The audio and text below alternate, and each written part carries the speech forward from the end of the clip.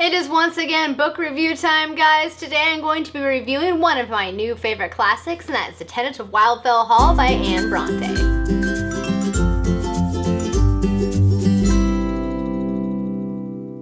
Hello everyone, it is Sam, and I hope you guys are having a fantastic day. Today I am excited because I get to talk about one of my new favorite books, and that is The Tenant of Wildfowl Hall by my new favorite Bronte, Anne Bronte. The Tenant of Wildfowl Hall follows two characters of Gilbert and Helen. Helen is a young woman that has moved into the neighborhood. She's kind of mysterious and a little bit scandalous because not only is she living by herself with only her nurse for company, but also the single mother of a young son, and she is also working for a living. She is working to sell her paintings in order to earn an income for her and her son. All of these things equate to something of a scandal in the neighborhood, the single mother of a young son, and she is also working for a living. She is working to sell her paintings in order to earn an income for her and her son. All of these things equate to something of a scandal in the neighborhood, and Gilbert, their main protagonist of this story, becomes very And Gilbert, one of our main characters of the story, becomes very intrigued by this mysterious Helen and sets out to get to know a bit about her. But what he uncovers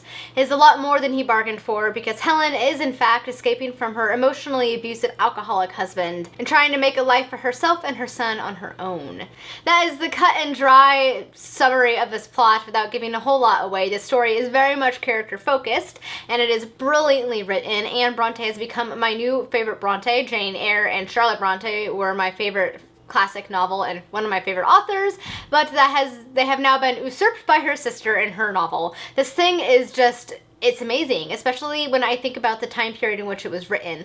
It's very progressive themes, but not just for the time period, but also themes that we are still dealing with today. I mean, it was truly a masterpiece. I really was not expecting what I got out of this novel, but I was pleasantly surprised, and it was just fantastic. The story has wonderful prose, but it's easy to read. It's very engaging and very accessible, I think, for readers of any level. It's not like reading Dickens. She's not overly descriptive. She's just very much to the point while still maintaining rather beautiful writing, and I absolutely loved it. The characters themselves are very, very complex.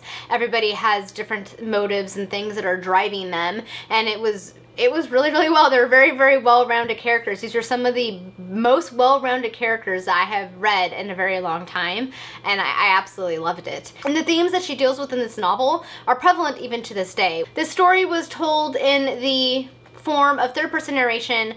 Some were in the form of letters and some were in the form of a journal. So she kind of, I think, melded these three types of storytelling in a very, very excellent way. She was able to do it in a way that did not feel clunky. It all flowed together very seamlessly to tell this whole story, and it was just wonderfully, wonderfully done. Overall, I rate this book 5 out of 5 stars. It's definitely one of my new favorite reads for this year, and I definitely have some things I want to talk about with this book, I want to discuss with you guys, and that is where the spoiler section will be starting. So I'm going to put a little spoiler thing down on the bottom, and when you see it disappear, you will know that you are free to unmute the video or what have you, because the spoilers will be done. It's not anything majorly spoilery. I'm not going to be giving away any major plot points, just some of the themes that were discussed. So I don't think it'll be too spoiled for the book, especially if you are already familiar with the story, but there are definitely some things that I want to discuss. So now let's get started. The first thing I want to discuss is how society views boys and girls and the ways in which that we raise them. One of the very important things that I think she brought up in this book, and that is still very prevalent today, is the difference in the ways in which we raise boys and girls, and we teach them how to approach life. She is basically called out by her neighbors at this event, this little party that she's at, for basically sheltering her son and not exposing him to the harshness and realities of life. And she brings to their attention, why would you choose to raise your daughter in such a way that you would shield her from the dangers of life and teach her to resist certain things and to clear her way to make life easier for her, but you would not do that for a son.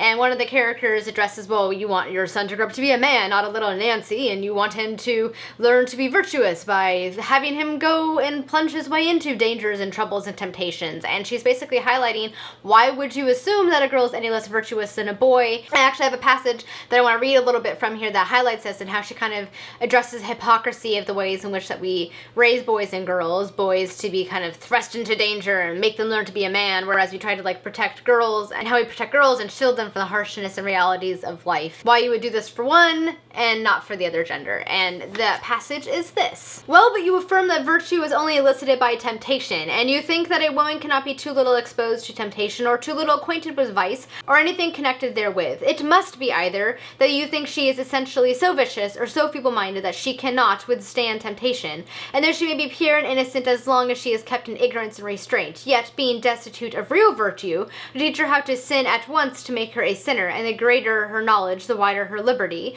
the deeper will be her depravity, whereas in the nobler sex there is a natural tendency to goodness, guarded by a superior fortitude, which the more it is exercised by trials and dangers is only the further developed. Basically in this passage she is highlighting that you are assuming that when a man is encountering dangers and becoming well acquainted with life and the temptations and the evil things that occur, the more virtuous and strong and courageous you view the man. Whereas if a woman is exposed to these same things, you assume that she is weak-minded, and if she is accepting these trials and conquering them, then she is somehow inferior to other females, like she is somehow being scandalous in such a way, and just kind of how this is hypocritical, that you should actually try and help your children, no matter the gender, kind of shield them and kind of help to clear the path enough that they are able to encounter life in a very clear-minded way, and you're not just thrusting them into temptation and danger with no learning or knowledge and just having them kind of flounder about. You should do your best to kind of raise your children up to encounter the realities of life in such a way that they can make informed decisions for themselves, and how you're teaching boys to do that, but you're not teaching girls to do that, and how that is wrong. So I thought that was kind of interesting thing that she highlights, and it's still a thing that you encounter today. I think even today a lot of people will make comments that in light that females are weak and they need to be protected and they're feeble-minded and they can't handle these things, but you need to make your boy into a man. It's just, I thought that was interesting that this was addressed in a time period in which these male and female gender roles are very firmly established, and she's kind of looking at this in a way that's like, hey, maybe we should be looking at this differently.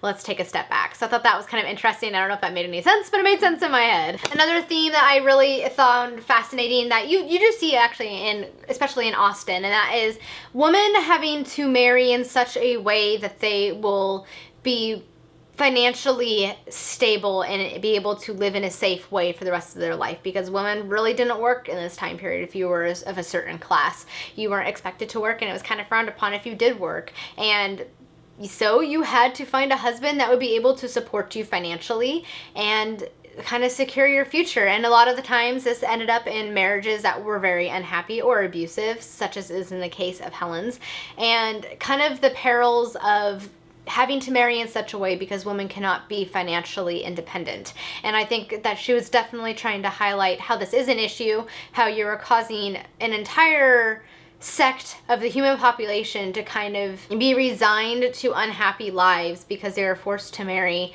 not for happiness or for love, but to kind of secure their future. And I think that that was an important thing to address, especially for the time period this was written. Fortunately, at least in the United States, this is something that we don't really have to worry about. Women can work, of course. We are in the workforce. It is not a lot, it's not frowned upon. We can do it. We have a lot of freedoms that a lot of women during this time period did not have. And I think that she was really trying to highlight why this is an issue and why it should not be frowned upon for a woman to kind of go out and earn her living and earn her life and live the life in the way in that which she chooses to, not the way in which society feels that she should live it. So I really thought that that was an important thing that she addressed in this book. The other thing that I really like that she addresses in this novel is emotional abuse as well as alcoholism. This is two themes that I don't think are necessarily always prevalent in classical literature. Even today, it's things that people just don't really talk about, and she really kind of goes head on and talks about them.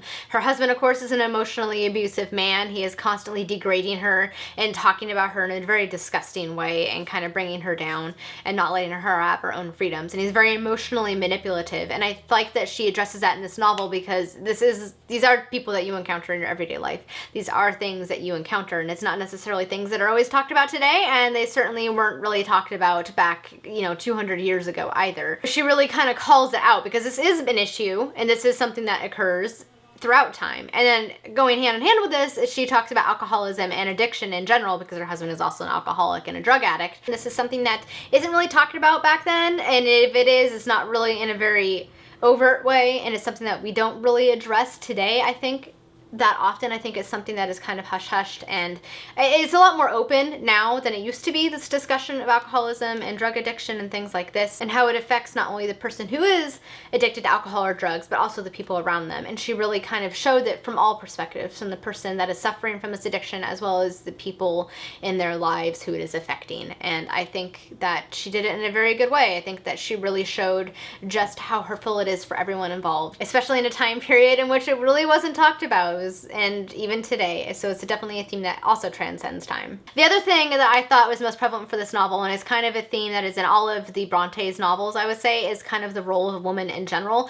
How women can be strong, they can fight for what they believe in, and they can do the things that men do just fine. And in this novel, our main protagonist, Helen, she paints, and she tries to earn her own living for herself and her son through her painting. She is not afraid to say that she is trying to earn her own living. She wants to instill work ethic in her son, and she wants to work for the things that she has, and she's not afraid to do that because she knows that she can do that. She is a woman, she is strong, she can believe in her convictions, she can do what she feels to be right, and she doesn't need anybody to tell her what to do.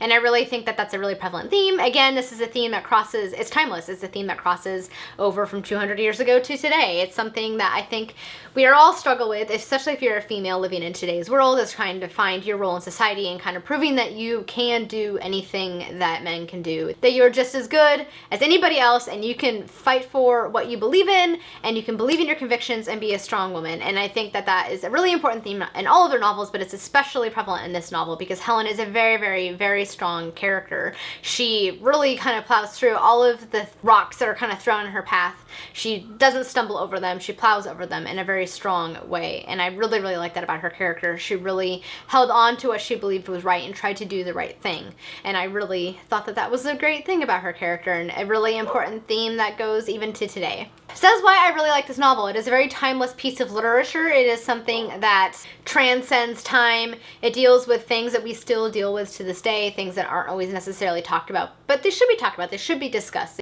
They should still be discussed. It would be gender roles, whether it be alcoholism or drug addiction or abuse. These are things that we should talk about and not shy away from because they should be addressed. And I think that her novel addresses all of these things in a very well-informed and well-spoken way. So this is definitely a masterpiece of fiction. It is definitely one of my new favorite classic books, and I highly recommend it. If you are looking to try out any Bronte, I would suggest this one even before Jane Eyre because it is just that good. And the ending was fantastic. That's all I will say. So again, as I said before, I rated this book 5 out of 5 stars, and this is definitely one of my top new favorite books. Thank you guys so much for watching. That is my review of Tenant of Wildfowl Hall. You'll have to let me know if you enjoyed this book, if you've read it, what your thoughts are, or if you want to care to discuss any of these themes that I talked about in this novel with me down below, feel free to do so. Thank you guys so much for watching. Have a great day. Until next time, happy reading. Bye! Hopefully that made sense because I feel like I just rambled. Yep, I do that a lot. Hopefully what I was trying to get across came across, I'm hoping. Yeah. If you guys want to see more of these videos, be sure to like, comment, and subscribe, and I will see you in my next one.